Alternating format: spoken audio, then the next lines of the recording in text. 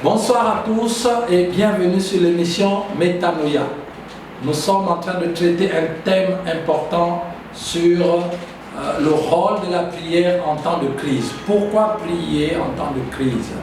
Pourquoi la prière, en d'autres termes, nous prions tout le temps, mais pourquoi la prière est l'action primordiale, la première des actions à poser en temps de crise? Et nous savons que nous traversons en ce moment des crises sans précédent.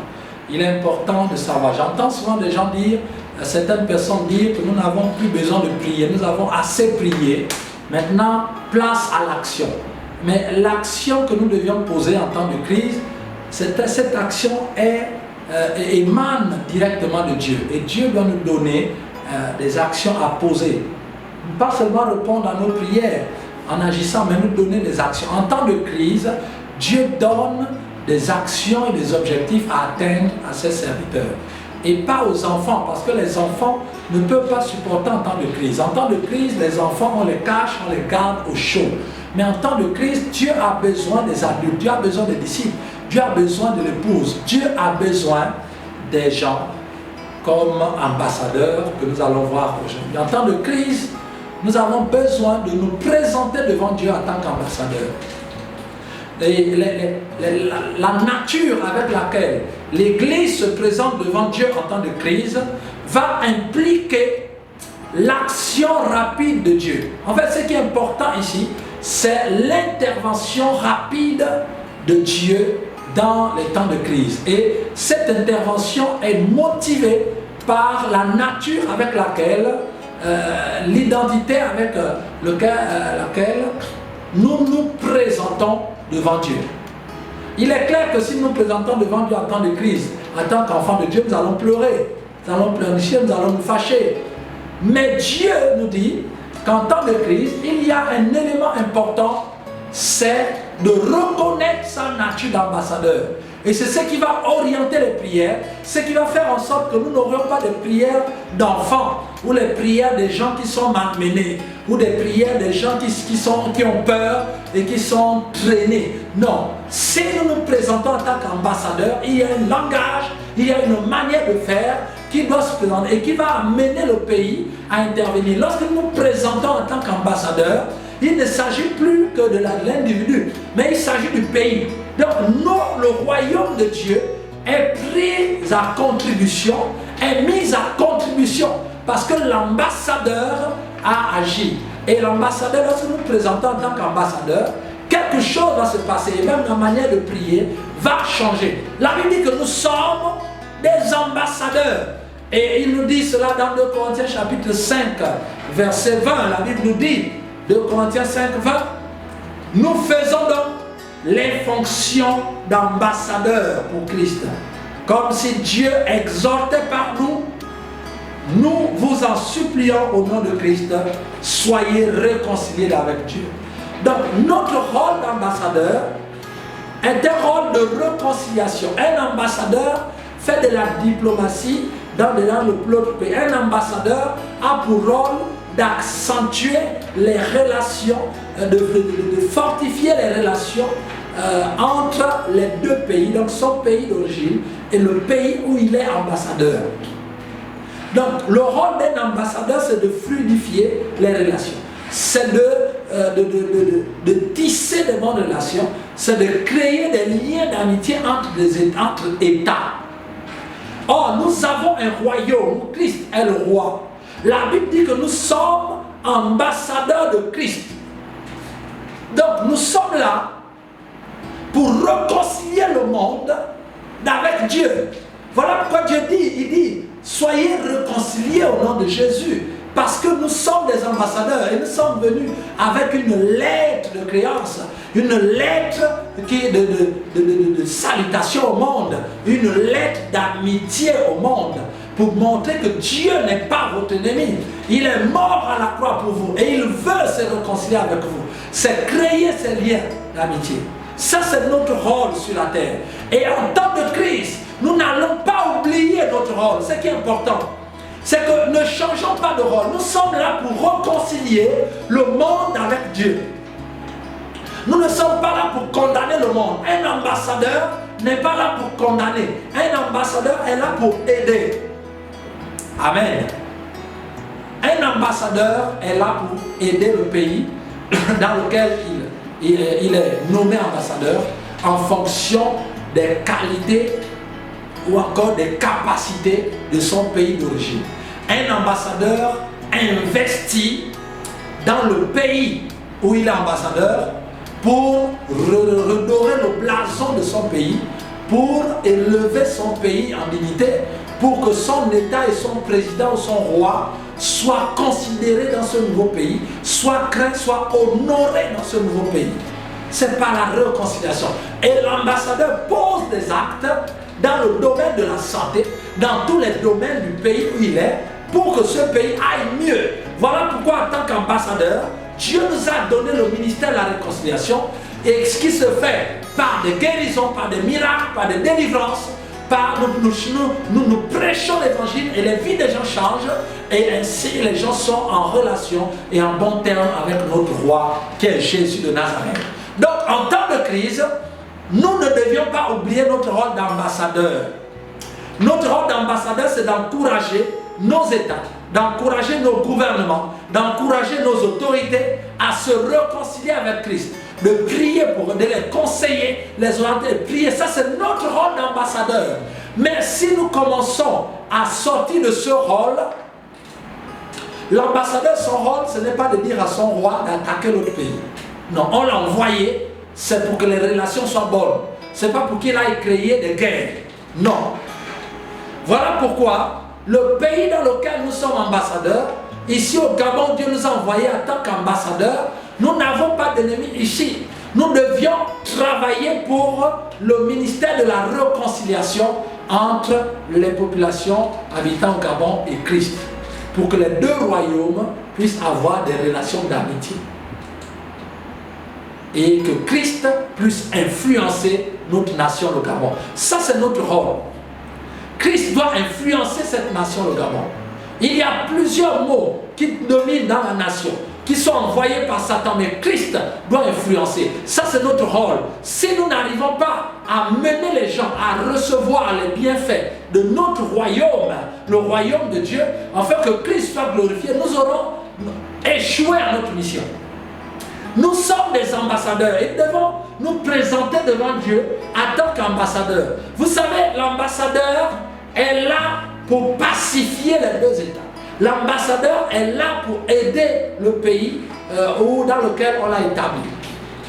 Mais lorsque l'ambassadeur est attaqué, on appelle cela incident diplomatique. Et lorsque un pays veut rompre les relations avec un autre pays, ils attaquent son ambassadeur. Soit on l'expulse, ou ils le pénètrent dans l'ambassade et ils font de mauvaises choses. À partir de ce moment, c'est un message qui est lancé au pays propriétaire de l'ambassade que nous vous déclarons la guerre ou que nous cessons toute relation avec vous. Donc il est important pour nos dirigeants, il est important pour ceux qui ne sont pas enfants de Dieu, de comprendre que l'Église sur la terre est un ensemble d'ambassadeurs du royaume de Dieu. Et donc le lieu où l'Église est en contact avec le roi de leur pays d'origine, qui est le royaume de Dieu, le ciel, ce lieu est appelé ambassade. Et ce lieu n'est plus la propriété du pays hôte, mais ce lieu devient la propriété du pays ayant envoyé l'ambassadeur, bien que cette terre se trouve dans un pays hôte. Aujourd'hui, ici, l'ambassade des États-Unis, c'est le territoire américain, c'est plus le territoire gabonais. Donc nous n'avons plus le droit d'y entrer et de faire tout ce que nous voulons. Sinon, il y a incident diplomatique et nous lançons un message de cessation de relations avec ce pays. Il est important d'édifier tout le monde en ce moment, de comprendre que l'Église locale, l'ensemble des chrétiens, représente l'ambassade du royaume de Dieu invisible. Donc Christ est le roi.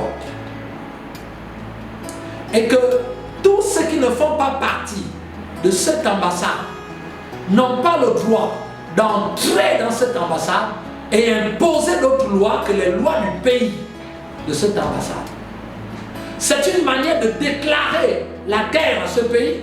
C'est une manière de rompre les relations avec ce pays. J'aimerais attirer l'attention des uns et des autres, de faire attention avec la manière dont nous travaillons, nous parlons, nous faisons avec l'Église de Christ. Je parle bien de l'Église spirituelle. Je ne parle pas de tout ce qui est physique ou encore de tout ce qui est faux et usage de faux. Je parle des vrais, de la vraie Église, les vraies ambassades. Donc il est très important que toutes les décisions qui sont prises, c'est un message qui est lancé au ciel, soit pour rompre les relations. Mais nous ne voulons pas que les relations soient rompues avec le ciel. Il est important de savoir que l'ambassade fonctionne, est réglementée par la loi de son pays. Et c'est un territoire du royaume de Dieu, c'est un territoire d'un autre pays. L'Église, la concession ecclésiastique, la sphère ecclésiastique appartient à un pays invisible, à un royaume invisible appelé le royaume de Dieu. Et que tout acte qui est envoyé, qui est fait contre l'Église de Christ, est un message lancé dans le ciel, soit un message de renforcement d'amitié ou un message de rupture de relation ou encore un message de déclaration de guerre. Cela dépend en fonction de ce qui est fait contre l'Église et dans l'ambassade. Alors il est important pour nous de comprendre, chers ambassadeurs, que le combat n'est pas chez l'ambassadeur. L'ambassadeur ne combat pas souvent. Mais le pays envoie l'armée pour protéger l'ambassade et pour combattre. L'ambassadeur, jusqu'au dernier instant, continue de faire de la diplomatie. L'ambassadeur que nous sommes continue de prêcher l'évangile, de prier pour les autorités, de prier pour le pays, en fait que le pays soit béni. Ça, c'est le rôle de l'ambassadeur. L'ambassadeur est là pour cela. Mais toute violation de votre ambassade ou toute prise de bec avec l'ambassadeur, c'est le pays originaire qui répond. Laissez-moi vous dire que quel que soit ce qui est fait contre vous, si vous êtes ambassadeur de Christ, le royaume de Dieu se met en mouvement. Alors ce que nous avons à faire en tant qu'ambassadeur, c'est simplement de signaler à notre roi ce qui se passe par la prière. Et il en fera le carnaval, la procédure des choses à faire. L'ambassadeur ne réagit pas lui-même. L'ambassadeur ne peut pas se lever pour dire je repars dans mon pays parce que je suis persécuté. Il doit dire à son roi, à son président, et le président lui donne une orientation à travers les affaires étrangères pour pouvoir agir. L'ambassadeur ne fait pas ce qu'il veut. Voilà pourquoi il faut qu'en temps de crise, nous puissions prier pour que le roi qui nous a envoyés avec la mission d'ambassadeur nous dise exactement ce qu'il faut faire et que lui-même se positionne. Voilà pourquoi la première action que l'ambassadeur doit poser en temps de crise ou en temps d'attaque contre lui, c'est d'envoyer le message dans son pays. Donc de prier. Voilà pourquoi il est primordial de prier. Il n'y a pas à dire oui, mais on a assez prié, pourquoi prier encore? Nous prions jusqu'à ce que nous ayons, que notre pays, notre royaume réagisse et nous dise exactement quoi faire. Donc il est important pour ne pas être en porte-à-faux avec le royaume, avec notre royaume. Nous devions poser des actions pour en conformité avec le fonctionnement de notre royaume, avec la volonté de notre roi. Voilà pourquoi il est important de le consulter en temps de crise pour dire monterai-je ou ne monterai-je pas, agirai-je ou n'agirai-je pas, et si je dois agir, quoi faire exactement. C'est lui-même. Regardez avec David, Dieu disait à David pour cette guerre-là, n'affronte pas directement. Passe derrière et moi je passerai sur la cime des mûriers. Moi je ferai ceci. Dieu a une manière de combattre. Dieu a une manière de sauver, d'agir. C'est pourquoi, en tant qu'ambassadeur, nous devions adopter un comportement différent. Nous devions adopter une manière de prier avec notre identité d'ambassadeur. Parce qu'il n'y a aucun pays qui laissera son ambassade être encerclée et son ambassadeur être malmené. Voilà pourquoi il faut se présenter dans des dispositions, dans une nature, dans des prérogatives qui vont amener le royaume de Dieu à bouger rapidement. Ne commençons pas à agir parce que nous avons besoin de défendre l'œuvre de Dieu. Personne ne peut défendre Dieu. C'est Dieu qui nous défend. Mais si nous voulons voir la main de Dieu dans cette nation, agir puissamment, nous avons besoin d'aller vers Dieu en priant. Pendant ce temps de jeûne et prière, en priant en tant qu'ambassadeur. C'est alors que nous verrons la gloire de Dieu. Nous verrons notre royaume se mobiliser promptement. Mon frère, arrêtons d'être des simples enfants de Dieu. Arrêtons d'être des simples croyants qui sont empêchés de faire ceci, empêchés de faire cela, qui sont ridiculisés. Non. Viens devant Dieu et dis, Seigneur, en tant qu'ambassadeur, tu m'as envoyé sur la terre et tu m'as donné une ambassade. En tant qu'ambassadeur, voilà ton territoire. Dans ce pays, le Gabon, est attaqué. Ton territoire en France, ton territoire au Cameroun, ton territoire en Afrique est attaqué. Ton ambassade est attaquée. Alors que dis-tu que je dois faire en tant qu'ambassadeur? Il n'y a aucun État digne de ce nom qui laisse pourrir son ambassadeur, qui laisse son ambassade être détruite sans réagir. Il est important. Nous voulons voir Dieu agir. Alors, mettons-nous devant Dieu, prions dans une nature, dans notre nature d'ambassadeur. C'est alors que nous verrons la gloire de Dieu. C'est alors que Dieu agira promptement. Dieu agira promptement. Je suis en train de te dire ce soir que le Seigneur ne t'a pas laissé tomber.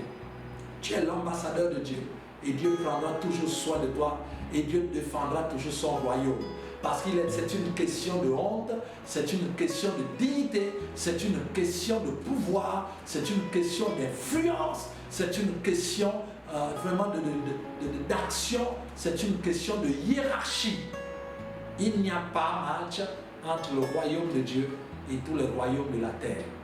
Dieu s'arrangera toujours à ce que tous les hommes sachent que le royaume de Dieu est supérieur. Pour cela, alors titille le cœur de Dieu, bouscule le cœur de Dieu, afin qu'il réagisse. Pour le faire, tu as besoin de te présenter en tant qu'ambassadeur.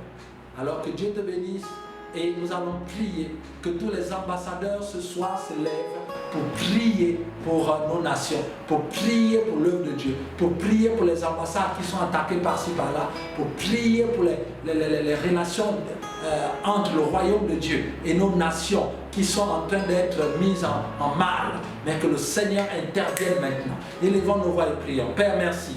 Merci pour ce message, merci pour tous les ambassadeurs qui sont là et qui vont dès ce soir élever leur voix en tant qu'ambassadeurs, qui vont présenter leurs ambassades qui sont mises en mal. Mais ces ambassades, c'est le territoire de Dieu, c'est ton territoire. Et nous savons que tu es suffisamment puissant pour guérir, pour restaurer, pour sauver nos territoires. C'est pourquoi je te rends grâce, Seigneur, parce que nous savons que dès lors, nous nous approcherons de toi en tant qu'ambassadeur. Et nous savons que tu ne laisses jamais tomber tes ambassades et tes ambassadeurs. Merci Seigneur pour le ministère de la réconciliation. Merci Seigneur pour le salut dans cette nation. Et merci Seigneur pour l'armée du ciel qui prend en charge l'ambassade, les ambassades que tu as déposées au Gabon. Que toute la gloire te revienne. Au nom de Jésus nous prions. Amen. Ok, bonsoir et nous nous retrouvons lundi prochain. À très bientôt. Que Dieu vous bénisse.